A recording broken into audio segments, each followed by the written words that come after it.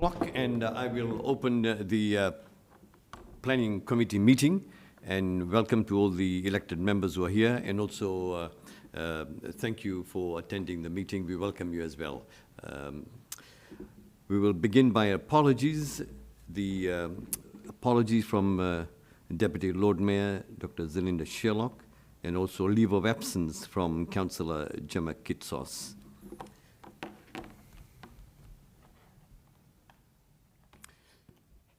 Number one, acknowledgement of country. I would like to acknowledge the traditional custodians of the land on which we meet today. And I recognize that this land was never ceded, and it always was and always will be Aboriginal land. We pay our respects to the Aboriginal and Torres Strait Islander peoples, their elders past and present, and recognize their ongoing connection to the land, their culture and community. And I also note the profound thought that we don't own the land, but the land owns us. On Monday, 22nd September, we marked the International Day of Peace here at the Town Hall.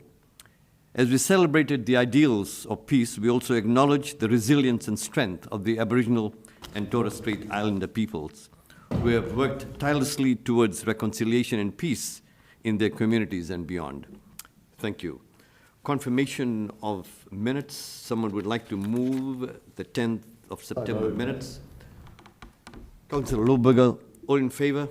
Aye. Those against, carried unanimously. Thank you. Supplementary items, there being none. Number 5, transfer agenda items, there's none. 6, planning authority items, consideration of items with deputation, there is no deputation. Number 7, committee acting as planning authority pursuant to Regulation 29, we now act as planning authority. 7.1.1, Sandy Bay Road application. Councillor Passot. Thank you, Chair. I'm happy to move this item as recommended by council officers. Thank you. Any questions, any discussions? Councillor Hunt. Thanks, Chair. I will make a comment. I've been into this building a few times over the years, so it's quite an interesting building. And I can see the need to really protect that. And I think this could make quite a unique hotel experience. So the report tells us that it's mostly going to be retained, and there's a few areas that will be demolished, which are less significant. So I see this as a really good opportunity to use a building that's no longer, has the purpose it was once constructed for. So I see putting a hotel over the back of it as quite a legitimate use of this building, and I'm happy to see this proceed. I hope they can do it really well. I understand that most of the roof, and I'll check this through the manager of planning, most of the original roof will be retained, but some of it will be modified to accommodate services and other elements of this building, but most of it will be retained, and there could be an option to restore it if so be it, not one day. Is that how, am I reading it correctly? Through you, Chair.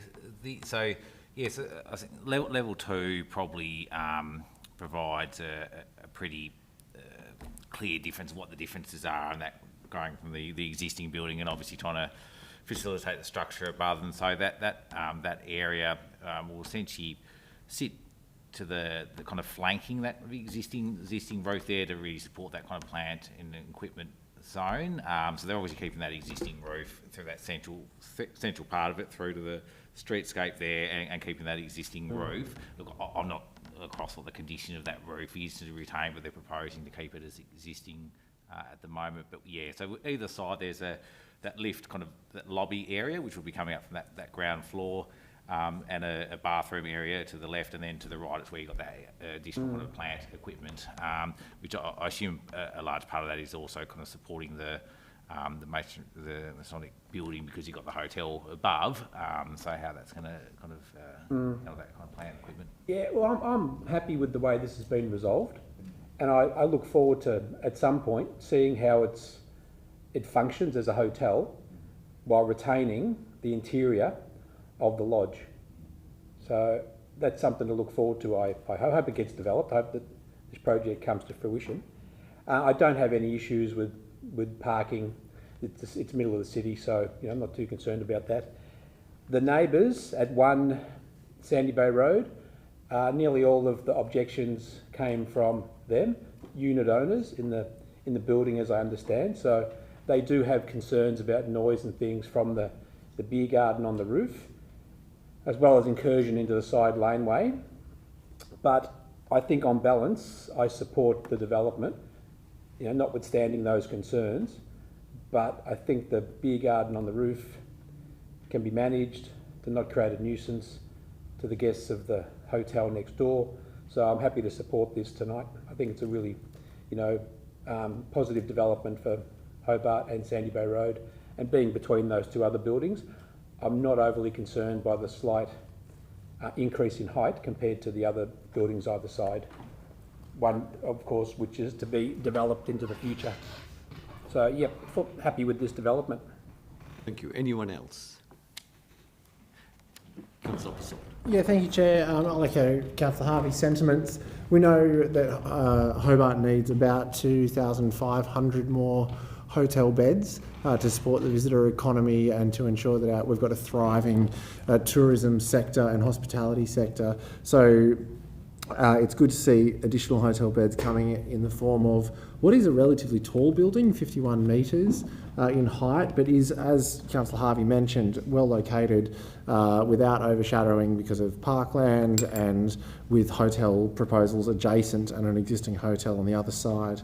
This is forming up to be a bit of a visitor precinct with the completion of this one, and the Welcome Stranger appears unknown at this phase, but we'll see if that also is a hotel proposal that we see in the future, which again can enliven parts of Battery Point, enlivens parts of Harrington Street as well. So it's great to see officers approving this with really minimal conditions. I had a look, it's mostly around stormwater and preservation of council assets. So a very sensible and measured approach from council officers that really considers the needs of a growing city and the needs of a growing tourism sector. And it's important to point out that every hotel bed that we bring to this city is less pressure on the residential segment being turned into Airbnbs. When we have 2,500 bed shortage for hotels, of course the pressure gets exerted elsewhere. The more hotel beds, the less likely Airbnb will proliferate throughout our residential suburbs. So thanks to the officers, agree with Councillor Harvey, thanks to the proponents who have brought this, and I look forward to it being constructed as soon as possible. Any other comments?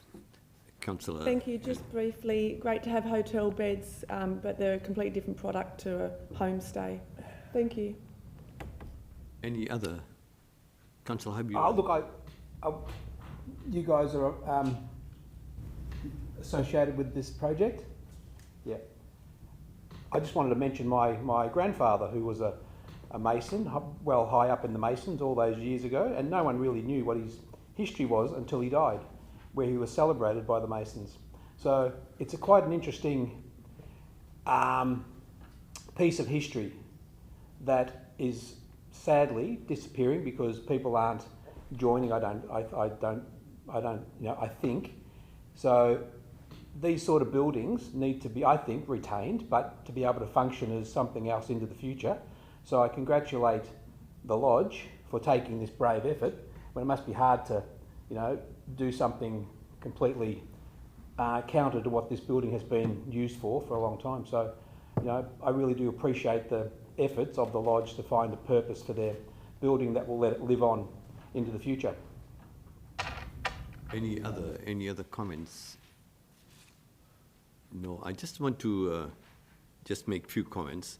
In the 2021 UDEP report, there were some concerns raised by them, and I was wondering if UDEP commented on this recent application.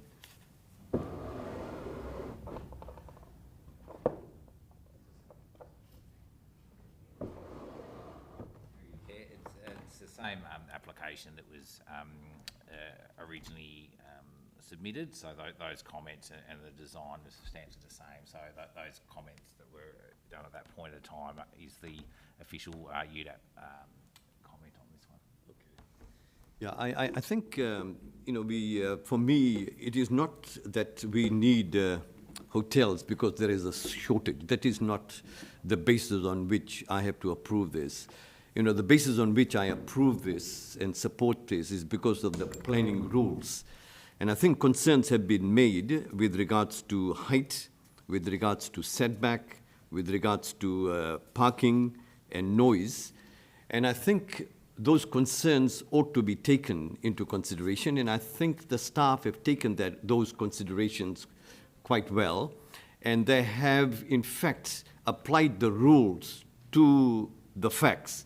And having considered all the arguments and facts and evidence presented by the staff, I think those concerns have been satisfied, as far as I'm concerned, and therefore I am quite comfortable to support this, not on the basis of shortage of hotel rooms or anything of that nature, because that is not what we make decisions as far as we are concerned as planning authority. So on that basis, I put that motion as recommended by Councillor Passol. Those in favour? Aye. Those against? Carried unanimously. Thank you very much. Report 8.1, delegated decision report. Someone moved, they received and noted. Moved in. Yes, thank you, Councillor Harvey. Any questions? Any comments? Thank you.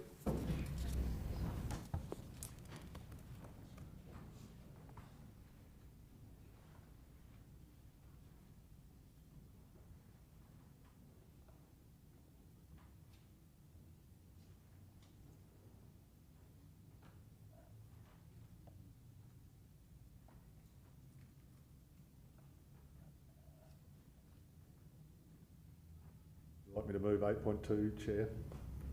I think. You have a question? I was just wondering if you wanted me to move the next item. Yeah, I'm just wondering, sometimes I'm accused of moving it too quickly, so I'm giving it time. Yeah, I just don't want to in any way. Not tonight, no, you're right. Getting awkward, Chair. Okay, I put that in favour, all in favour of that? Aye. Those against? Carried unanimously. I move on to 8.2. So moved. Moved by Councillor Harvey. Any questions, any comments?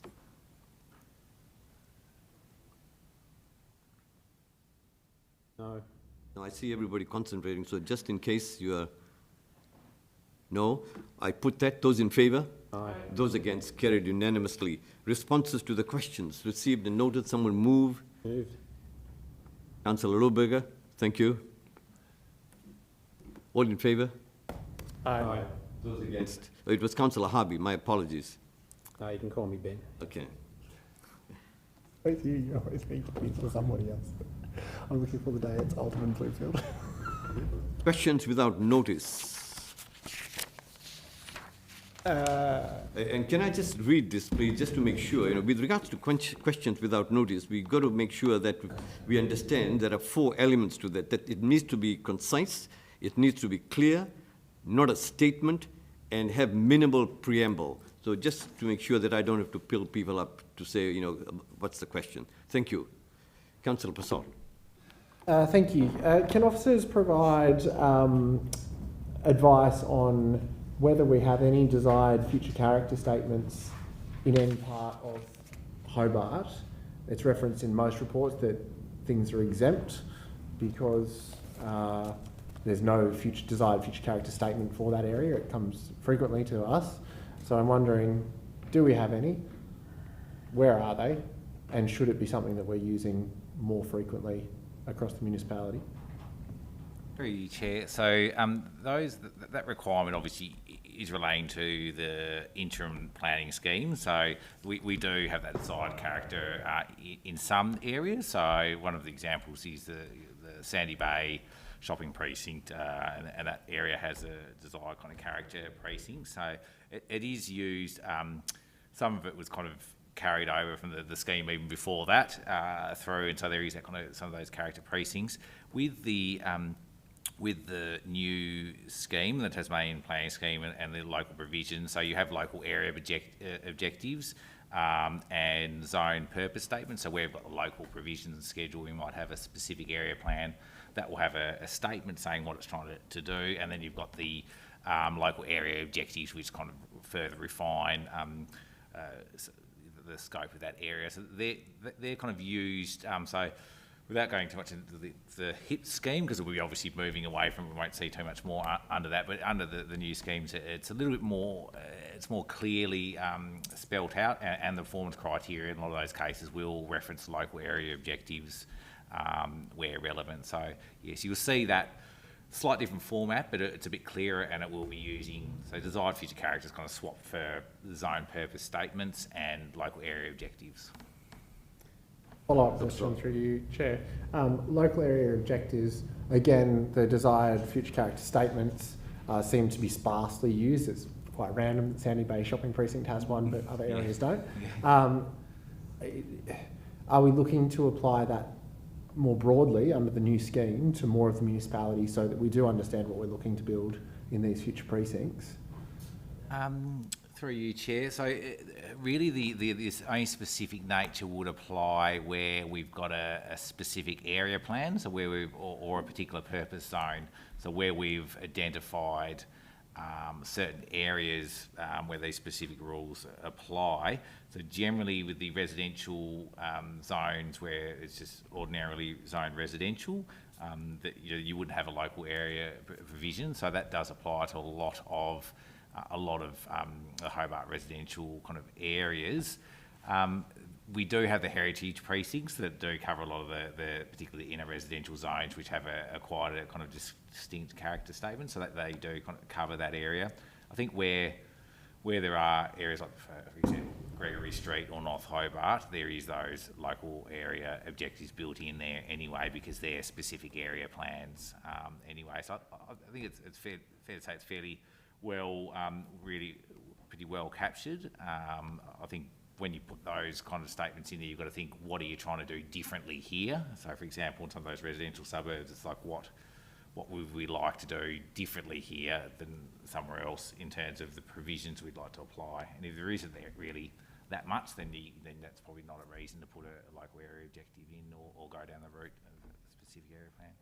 Councillor Passon. And final question, which is in the same vein, applying to areas where we want to see a difference to what it is now, as stipulated within Central Hobart precincts. That may be the Argyle-Campbell Street corridor as an example. Can council staff can prepare a report for council to consider implementing strategies to dissuade undesirable land uses within the city centre as bordered by the Central Hobart Precinct Plan and North Hobart as outlined in the responses to questions without notice from the previous planning meeting. And just to assist with the admin team, I asked how we can do things 2 meetings ago. I got a response last meeting that told us how we can, and now I'd like that to be progressed to a report to actually make that happen. Just a comment that the Central Hobart Plan, through its development, will be reviewing the uses in that area. So that's part of that process. Largely adopting the use table that's in the Central Business Zone now, and partly the commercial zone, and also North Hobart Structure Plan is also looking at that uses that will be happening as part of that structure plan work. And currently with the Central Hobart Plan, it's being implemented in a planning scheme amendments being prepared with those use table updates. Thank you. Just a follow-up to that. Yeah, because I was expecting it to be taken on notice. I believe you would need a council endorsement to do something like putting in a prospective ban of surface lot car parking or car yards. That's what I'm looking to achieve with this report, is stuff along that vein, which I think is probably beyond what's happening with SAPs from the Central Hobart Precincts Plan. But I may be mistaken, and I may not. Do we need a council resolution to achieve those outcomes? Chair, essentially that shift to the commercial zone to discourage those kind of service industry car sales like use was essentially endorsed some time ago when we went through the representation process of the local provision schedule.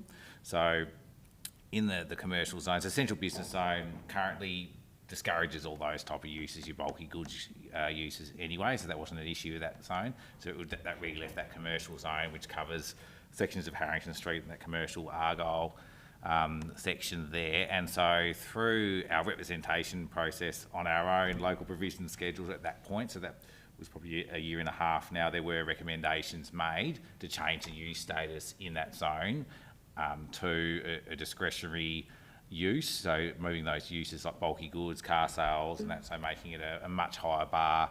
If they want to intensify, they would need to go through a discretionary assessment process to be able to look at the surrounding area, the desirability of the other permitted uses and that kind of thing at the moment. So when that planning scheme amendments come forward, those same uses will be kind of carried forward, but there will be an opportunity when the planning scheme amendment's kind of presented. I think there'll be obviously workshops when we get closer to see whether additional qualifications might be considered to be added to make it, prohibited potentially for some of those uses. But that's obviously discussion we need to have. But yeah, there's definitely been that change which has been endorsed probably a year and a half ago to really phase out that use in terms of making it discretionary.